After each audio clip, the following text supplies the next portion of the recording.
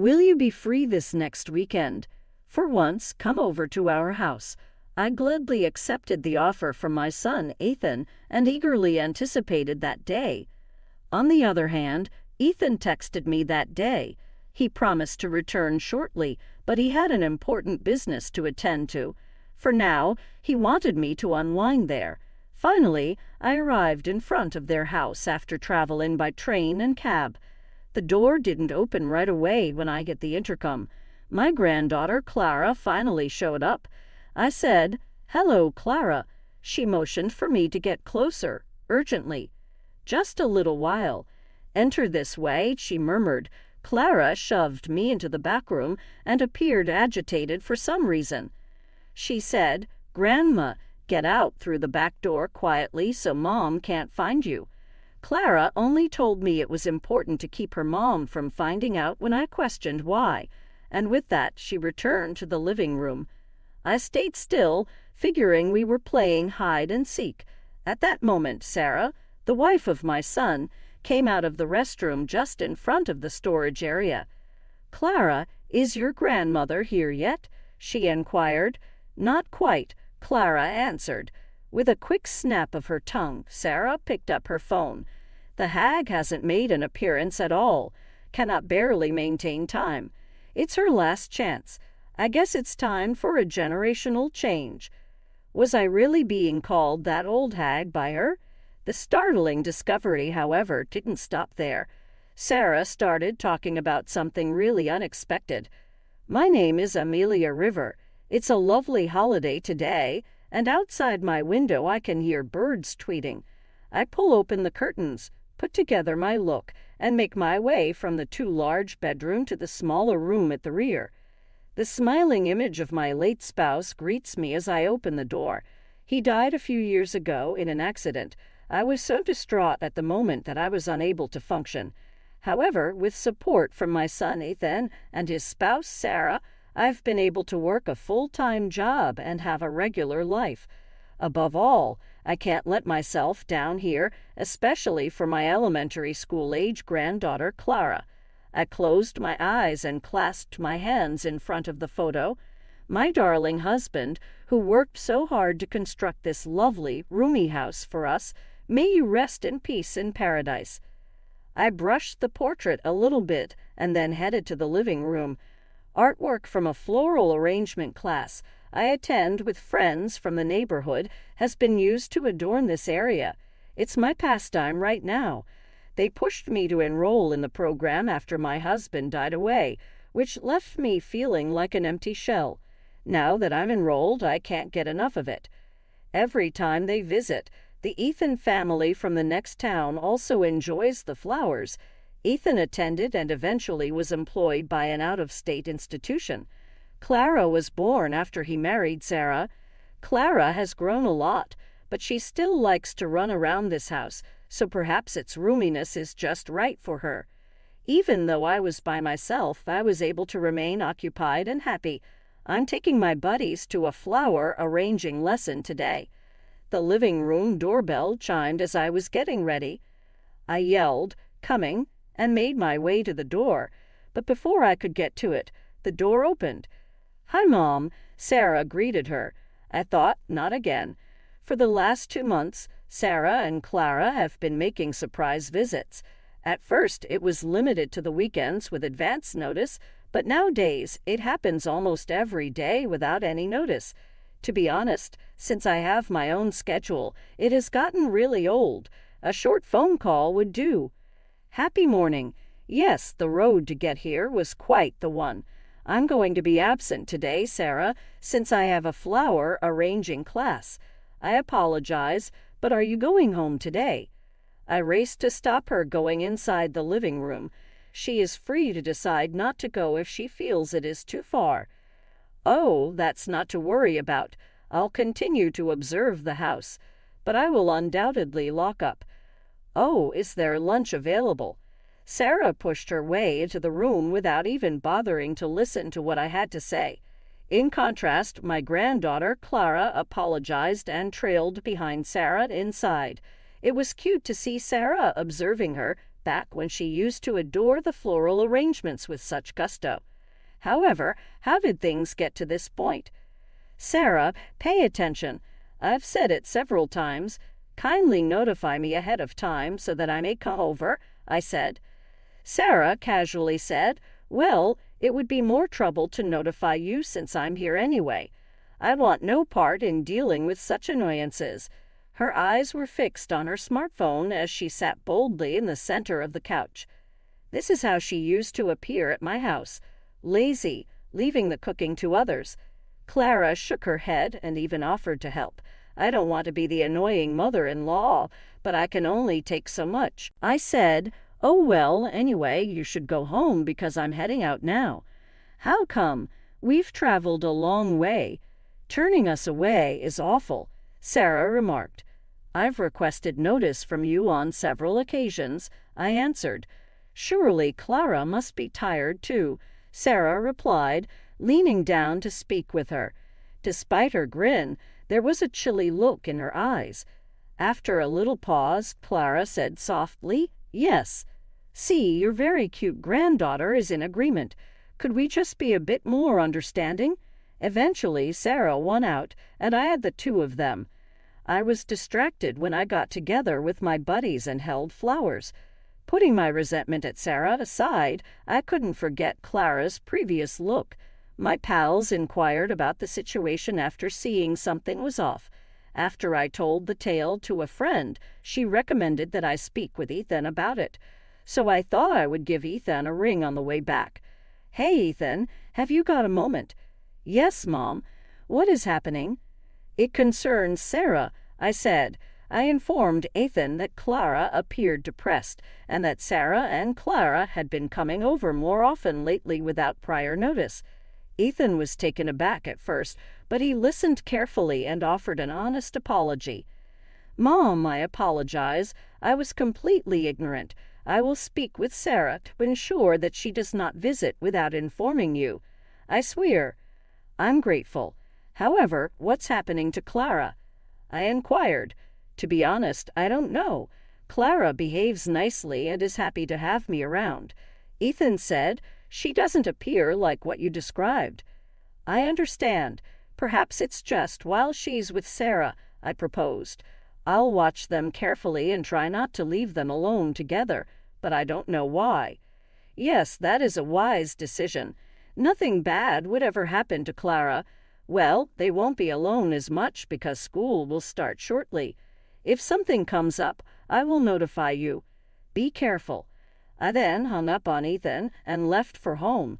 When they got home, neither of them was there. Had Ethan roam quickly, forcing them to part ways. There were open appetizers, half-drunk glasses, and general mayhem throughout the room. It's usually more tidy, but this sight gave me the shivers. However, it was somewhat relieving to know that they would no longer be visiting without permission. For the following 3 weeks, Sarah remained absent. Though comforted, my worries regarding Clara did not go away. Ethan and I communicated many times, but his answers were ambiguous, probably busy. And thus the weekend came to an end. Ethan was the one who contacted me this time. Hey, Mom, next weekend, are you free? Come see us at our location. Clara is quite eager to see you. With enthusiasm, I answered, eager for that day to come. But later that day, on my way to the station, I got a text from Ethan. He promised to return shortly, but there was an important matter. For now, please unwind in my house. His commitment to work made me think a lot of his father. I laughed. It's fantastic that he found a career he likes and graduated from college. I am really proud of Ethan. I eventually got in front of Ethan's house after changing trains and taking a cab. I gave the driver my fee and stretched a little. My body had suffered greatly over the 2-hour ride, particularly for someone in their late 40s. Maybe a little of the weariness came from my anxiousness. I had not seen Clara since Ethan had requested Clara and Sarah to leave my house that one time, but I had a great urge to see her. I inhaled deeply as I stepped in front of the door and hit the music button on the intercom. The door did not, however, open right away. It took some time for Clara to show up. "Hello, Clara. It's been a long time," I said to her. "Grandma, hold on. Come this way," Clara said in an agitated tone. "What do you mean, Clara? Not right now." Clara tugged my hand eagerly and, for some reason, ushered me into the storage room. Her look, so solemn for an elementary school student, was extremely odd. "Grandma, hide through the back door quietly," she said in a whisper. I did as she said, but I was still unsure. Was this a game of hide and seek of any sort? I waited where I was. Then the sound of the bathroom door opening reached me, and I heard Sarah's voice. "Your grandmother didn't come?" she inquired. Clara gave a firm shake of her head as she peered through the opening in the storage room. Sarah gestured back, clearly upset.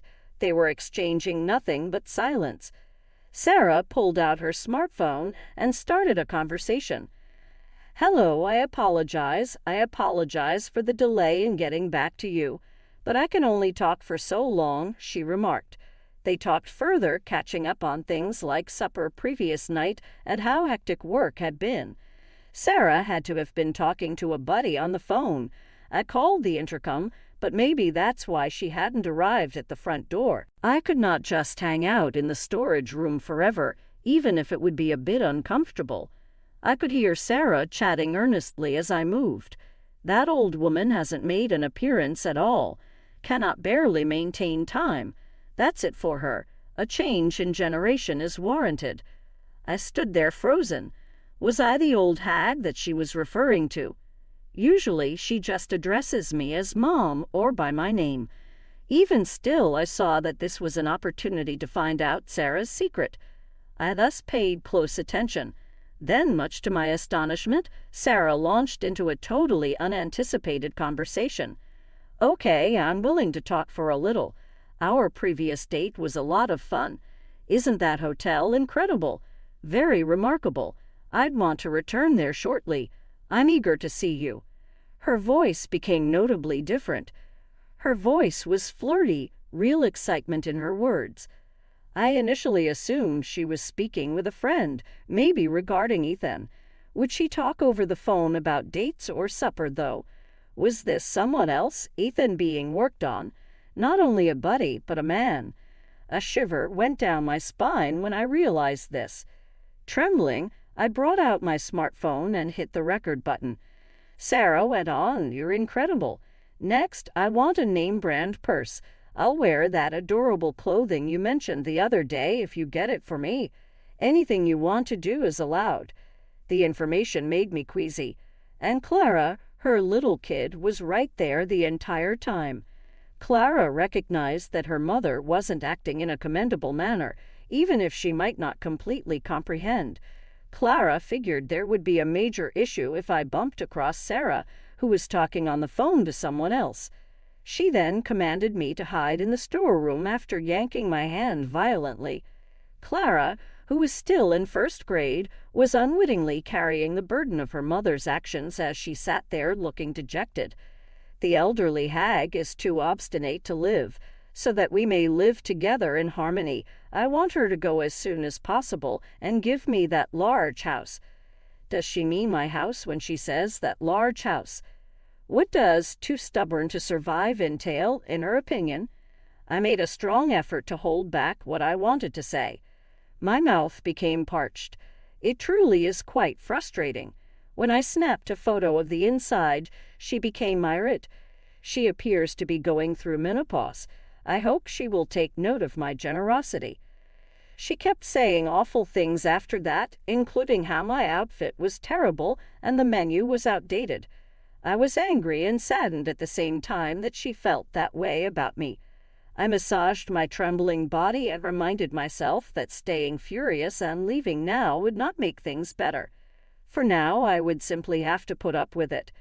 "Thank you very much for having the medication ready for me. I'll have to give her a ton of them so she can leave this place as soon as possible." As she spoke, Sarah moved the white powder she was holding into a cup. Though it was difficult to see through the opening, I thought it was a visitor's cup that I had given her many years prior.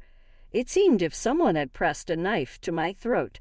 I'm not sure what kind of medication it was, but I knew it wasn't good. Are you going to force me to drink that? My veins immediately stopped holding blood. I had always considered my son's wife to be a decent daughter, so I never imagined that she would do anything like this. Well, I should get off. My spouse will return shortly. I'll see you at the lodging. I adore you, Sarah said. Sarah said this while removing the smartphone from her ear. However, she continued to operate the screen while I was observing. The phone rang in my palm as a result of what she was doing. Aha! It was already too late when I quickly turned off my smartphone. Mom, is it possible that you heard that? The storehouse door opened, and I instantly shielded my eyes from the intense brightness. I slowly turned to face Sarah and noticed the icy grin she had given Clara that day. I'd never been terrified of a woman's grin before, much less one from a member of my own family. What topic are you discussing? I attempted to explain in a shaky voice. I just got here a few minutes ago, but it would have been useless. You did hear it, did you not? Bit by bit, Sarah reduced the space between us with a firm voice. I choose to be honest after accepting the reality. I turned to face Sarah after leaving the storage. Indeed, I did hear. What precisely is happening? Are you involved in a romantic relationship? I plucked up the guts to speak with her. To be honest, I was shaking with terror, but I had to make sure. My hands began to perspire and my body stiffened. Why are you treating this so seriously, really? My last conversation partner is only a buddy. Everything is false. Please put that out of your mind, Sarah said. She chortled, purposefully making it seem strained, through her nose. However, it couldn't be written off as a joke. Earlier, I heard the entire conversation. You didn't hear anything but my voice. It is impossible for you to know who was on the other end of the call. It's cruel to accuse me of having an affair. So, with whom are you speaking? It was only a friend, you know. Can we stop it right now? Without even glancing in my direction, she responded angrily and took up her smartphone right away. The topic of the talk made it plain that this wasn't your average buddy, yet nonetheless I felt undervalued. So, what about the disparaging remarks you previously made about me? Was that also a joke? I have never made a statement like that. Your level of paranoia is insane. Remove it. Do you possess any proof? Well, stop making unfounded charges in the absence of proof. I'm not in a relationship. Sarah spoke it loudly at that very time, and the front door flung open, revealing Ethan. Ethan glared at Sarah, nodded subtly at me, and turned to face Clara. Seizing the opportunity, I quickly approached Clara, who appeared taken aback. She started to cry softly in my arms as I gave her a kind embrace. Her body felt incredibly chilly, even though it used to be so warm. Oh, this child has been through a lot of pain up until now. I felt a wave of regret. I regretted not noticing it sooner. What made you return so quickly? How is work going? Ethan answered my question. Let's put an end to this. Everything about you is already known to me, including your affair, your interest in Mom's house, and the fact that you have touched Clara. What proof do you have for making such claims? Sarah made a demand. Ethan raised his smartphone and stated, Mom sent me a video. You're incredible. Next, I want a name-brand purse.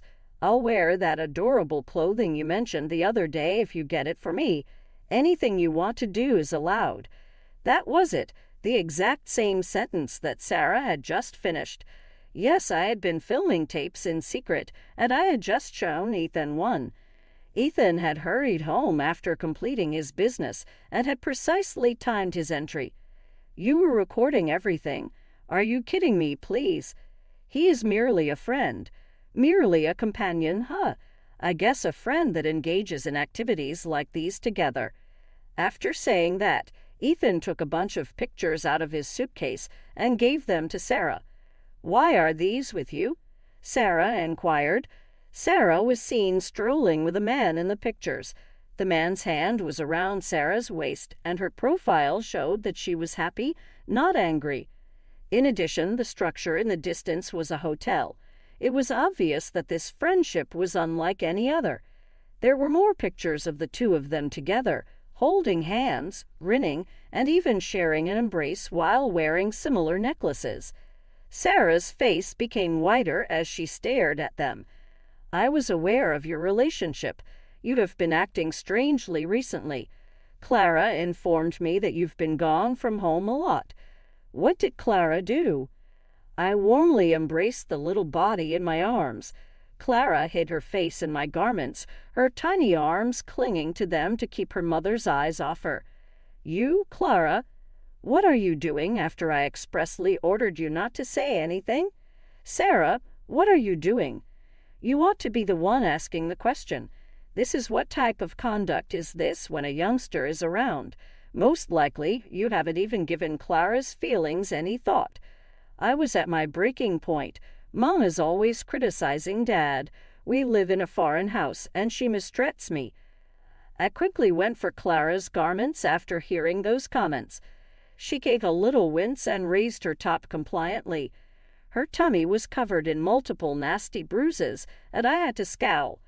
Was Sarah reaching up to stop Clara? If such was the case, it explained Clara's unusually calm behavior in my place. "Clara, is this possible?" To my query, Clara gave a slight nod. At that, Sarah gave Clara a scowl. Ethan moved to the front of Sarah, totally blocking Clara's view. It seemed unbelievable to me that a mother would subject her own kid to such abuse. Clara broke down in front of me the night Sarah left to the motel with that man. I thus engaged a detective. I was receiving an update on the development today. A detective? Indeed, we conducted a comprehensive inquiry. The man appears to be a pharmacist. Ethan approached Sarah with the evidence he had acquired in order to get that far. From the moment Clara told me until we received this proof, he had already visited a detective, feeling that something was up. I was so afraid Sarah would hurt her again. My heart felt as though it were breaking apart. Ethan appeared to be in agony. It must have been horrible for Ethan these last several days to learn that someone he loved had deceived him and damaged his priceless gift. Clara, though, told me she was okay. I had this young girl's support, and now we had conclusive proof. I had assumed that I had been asked over today because of Clara's mental health. Clara no longer saw her mother as anything other than a terrifying presence. Ethan turned to face me, giving me a deep bow. "I sincerely apologize for including you in all of this, Mom." "It's all right," I comforted him, saying, "You and Clara have both shown incredible strength. Rather than offering me an apology in spite of their own sorrow, this was definitely how they really felt." I was pleased with Ethan for his ability to achieve it. Ethan responded, "Thank you," with a look of true regret in his eyes, but also a trace of relief. More significantly, I noticed something. "You said the other person works as a pharmacist, huh?" Indeed, he has considerable recognition in the field. It appears that Sarah had already added something to the cup, maybe medication. Is it possible that... Rushing to the table was Ethan. He knocked the cup over, causing white powder to fly all over the floor. "Sarah, what is this?" "That guy of mine gave it to me." "For what reason?" "Well, of course, to get rid of this old hag. It's clear. Soon I want to move into that enormous house with him. You and the child are not required." Just seconds before, Sarah had appeared resigned and disappointed, but now she abruptly lifted her voice. With a frightening gaze, she approached me and seized the falling tablets. "Grab this right away. Come on, please." I squeezed Clara more closer, keeping Sarah at bay. However, Sarah pulled me away with her arm and got on top of me. I battled, but I was outmatched by Sarah's larger stature. Before Ethan could even attempt to pull Sarah away, Sarah's hand with the pills was right in front of me. "Cease." A youthful voice rang out just as I gave all hope. "Mom, please stop now. If you want to, you can hit me. Everything is possible with me. Please don't harm Grandma." Clara froze, looking from Clara to Sarah. Clara's legs trembled like a scared deer as she peered back at Sarah. "Mom, you are loved. I don't like you anymore, but you used to be so sweet. I object to the way you handle Grandma. Please return to your previous state of being." Clara had remained silent up until this point, but suddenly she opened her mouth and started crying. She collapsed, letting go of all the bottled-up feelings. As Sarah saw what was happening, she opened her lips to say something, but instead she just slumped to the ground, seemingly giving up. No matter how horrible a mother's deeds may be, she might still be hit by a child's sincere scream. I made a police call. That medicine must be hazardous now. They'll do a thorough investigation. The police will provide us with further information. Clara was still weeping, so Ethan placed his smartphone back in his pocket and picked her up. He gave her a touch on the back to reassure her. "Clara was aware of your actions, but she chose not to inform me because she believed it would upset me. She also apologized to her father that day, she told me. Consider the significance of it." Clara extended her hand to stroke Clara's head, but she stopped short. Most likely it was for the best. She had seen directly the impact a morally dubious mother might have on her offspring. In the days that followed, Ethan's hired investigator produced indisputable proof of Sarah's adultery. Sarah was reluctant to get a divorce at first, but she finally gave in. She was arrested along with her partner. They planned to kill me, take over that house, kill Ethan, and then get married again. They had committed a crime because of their avarice. Well, even if they made up for their transgressions, they couldn't afford to live in a mansion, since alimony and child support would completely deplete their inheritance and income. As expected, the drug they attempted to force me to take turned out to be dangerous. It seemed like the male pharmacist had stolen it without permission. Maybe I would have gone to my spouse if I had taken it. Ethan responded as follows when I conveyed this to him in jest. "I really apologize to Mom for this. Hey, would you mind moving in with us going forward? You must find it difficult to be by yourself, especially in light of Clara. Now I live with my loved ones in addition to the vibrant flowers." The excessively large house was soon crowded with their possessions, and the empty room vanished completely. I kneel in the little room in front of my late husband's picture today, as I always do. It appears that I will be going to heaven after him. I'm really content right now. Darling, will you forgive me? I conversed with him in the picture. Through the little room's window, I can see Clara and Ethan having a lively game. I immediately remember that day when Clara tried her hardest to keep me safe, disobeyed Sarah, and gave Ethan a lot of consideration. There were evenings after the event when her emotions would swing and she would cry uncontrollably. But now she's back to her old self, a happy first grader. I swear fervently that I will keep this child safe. Ethan probably thinks the same thing. "Grandmother, go get the ball." "Yes, sweetheart." With a ball in my hand, I head towards Clara as I step out into the yard. She smiles at me with great joy as she chuckles. I can't resist giving her a strong embrace. It feels different from that day, her warm body. I feel a deep